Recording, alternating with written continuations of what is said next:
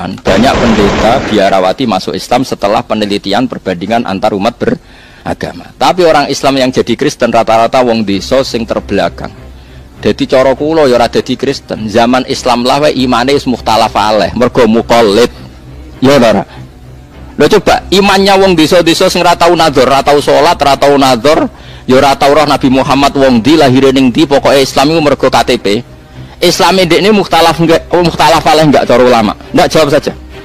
Mukhtalaf alaih, bisa saja dia jadi Kristen cara ulama ya ora pindah agama, pancen ora tahu Islam karena Islamnya muqallid, banyak ulama yang mengatakan tidak sah. Paham nggih? Islam itu harus bin nadzoris sahih, dia harus pernah mikir yang benar. Saya pernah punya santri padi sampai sekarang 8 tahun di rumah gak khatam. Bapaknya itu mudin, gremeng gak khatam. Akhirnya bapaknya tak konsetor, 2 wulan nyerah. Wong tua juga kadang dolim, mungkin dia rapal gak maksa. Kalau betul anak goblok, mesti faktor turunan.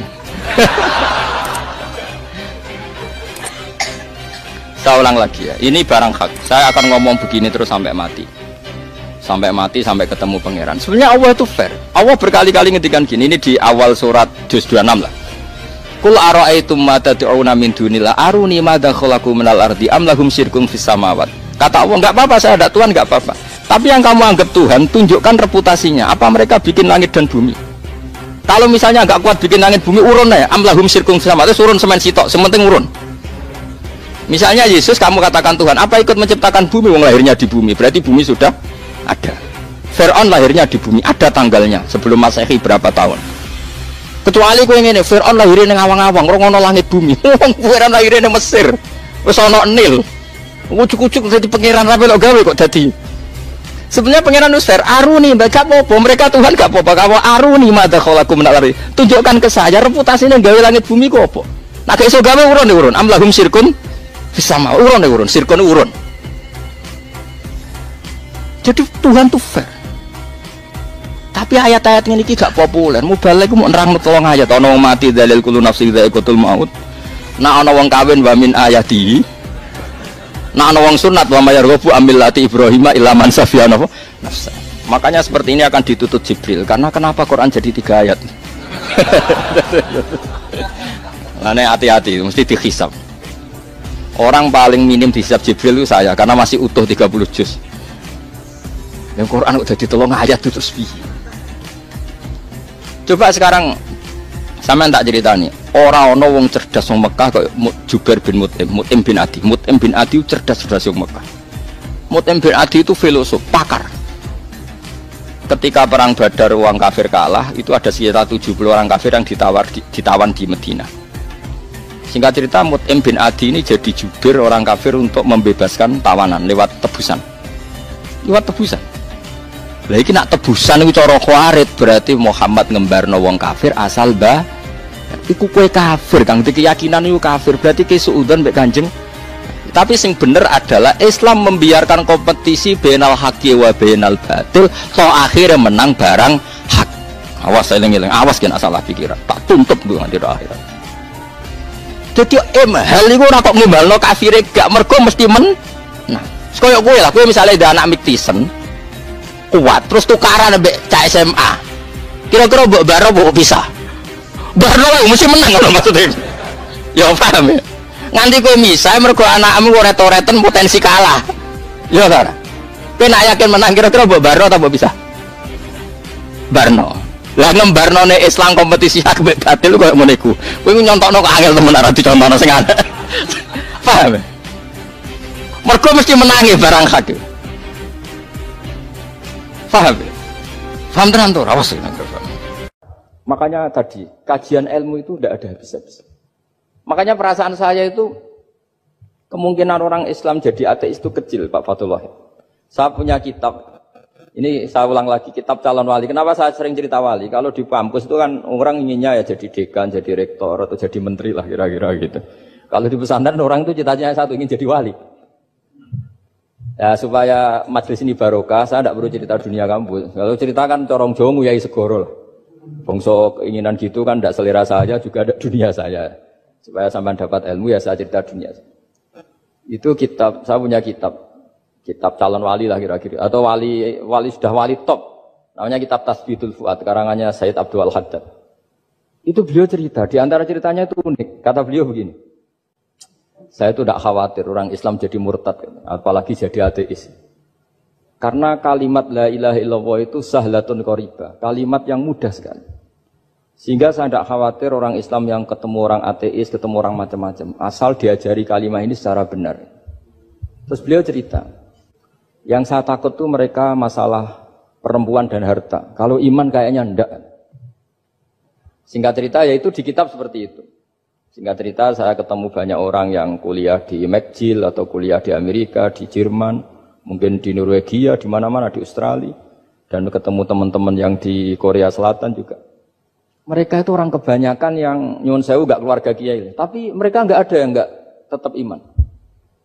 Ketika saya tanya, kenapa Anda tetap iman? Padahal ada beberapa negara yang lebih stabil, lebih makmur dibanding negara yang mengklaim sebagai negara Islam. Itu cara berpikir ya sederhana.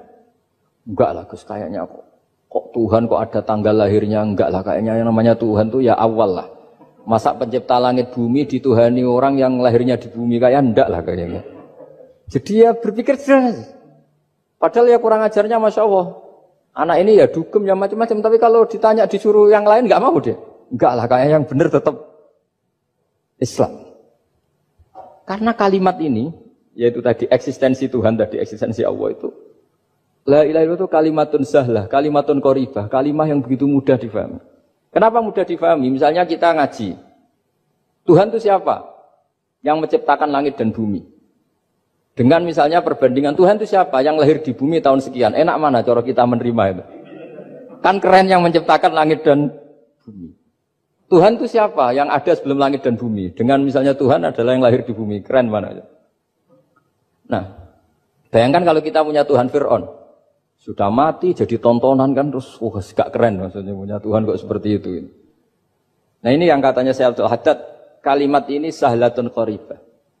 Sehingga kalimat ini pula yang kita dilatih, la ilaha illallah kalimatu haqqin 'alaiha nahya wa 'alaiha namut wa 'alaiha nub'ats atau wa biha nub'atsu insyaallah taala minal aminin. Nah, saya sebetulnya tadi datang itu tidak ingin menjelaskan ini, tapi tadi kata Pak Fathul Wahid, ilmu itu kalau dikaji tambah hari tambah mudah, karena perangkat untuk menemukan bulan itu misalnya nggak rata itu gampang sekali. Pakai teori pemandangan ya bisa, pakai teori gambar juga bisa. Kalau teori pemandangan tadi, kalau kita bisa melihat mobil 2 meter masih kelihatan 2 meter, itu dengan jarak berapa masih orisinil seperti itu. Tambah jauh, tambah tidak kelihatan, tambah jauh, tambah. Nah ternyata setelah 5 kilo misalnya tidak kelihatan. Berarti untuk jumlah 2 meter hilang per 5 kilo. Nah berarti kalau bulan masih kelihatan segitu, berarti jarak kita dan bulan kira-kira sekian ribu kilo. Itu bisa dihitung, itu tanpa teknologi.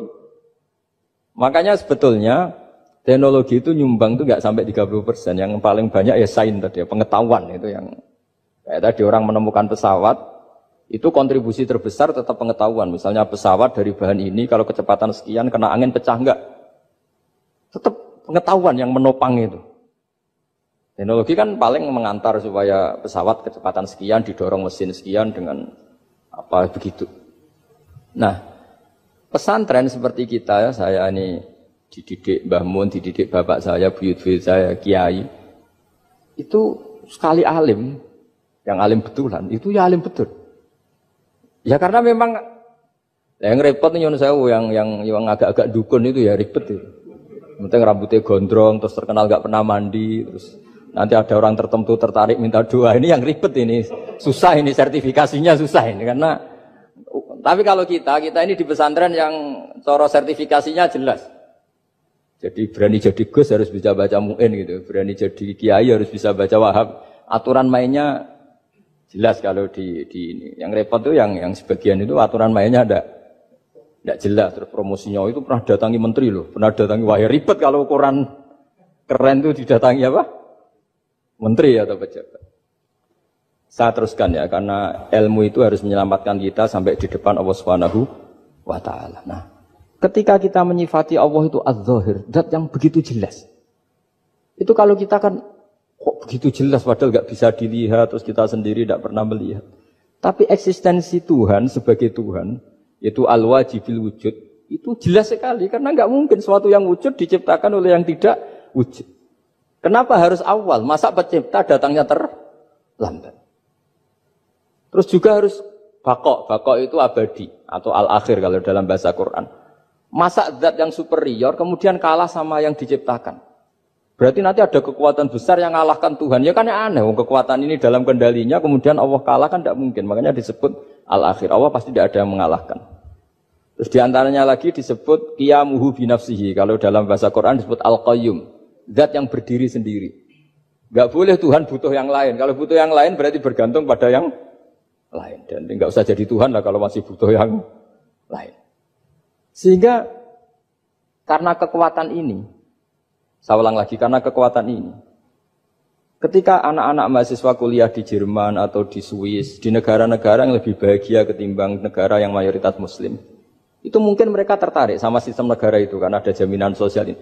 Tapi enggak pernah tertarik sama Tuhannya negara itu. Karena dihitung-hitung tadi Tuhannya mesti keren kita gitu. Jadi, ini cerita ke saya Abdul Haddad. Kata saya Abdul Haddad, kamu tidak usah khawatir lah umat Islam murtad atau jadi ateis gitu. Karena penjelasan tauhid Islam itu begitu jelas. Jadi by design manusia itu pasti nerima tauhid kira-kira gitu. Jadi ini pentingnya ad-dhahir. Jadi Allah itu begitu apa? Jelas. Tapi Allah juga mensifati dirinya al-batin. Nah, al-batin itu gak mudah dikenali.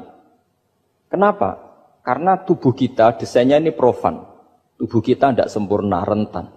Nah, tentu sesuatu yang tidak sempurna ini tidak bisa melihat zat yang super apa?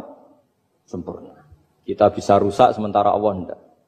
Nah karena alasannya tubuh kita ini didesain untuk rusak, maka di surga itu keyakinan para ulama orang bisa melihat Allah karena desain tubuhnya sudah dirubah dari desain profan menjadi keabadian. Sehingga di sini terus ada kelayakan melihat. Itu pun tetap min ghairi kaifin walan hisorin, tetap ya bisa melihat tapi corong Jawa itu kecelok melihat tapi tidak sampai faham. Karena bagaimanapun Allah itu la tudrikul absar wa huwa yudrikul absar. Bagaimanapun Allah itu laisa kamitslihi syai'un, tidak ada padanannya. Jadi makanya Allah punya sisi adz-dzahir bisa dikenali sekali. Kenapa? Ya tadi nisbatus naini wal arba'ah ila ma la nihayata laha itu nisbatul far'i ilal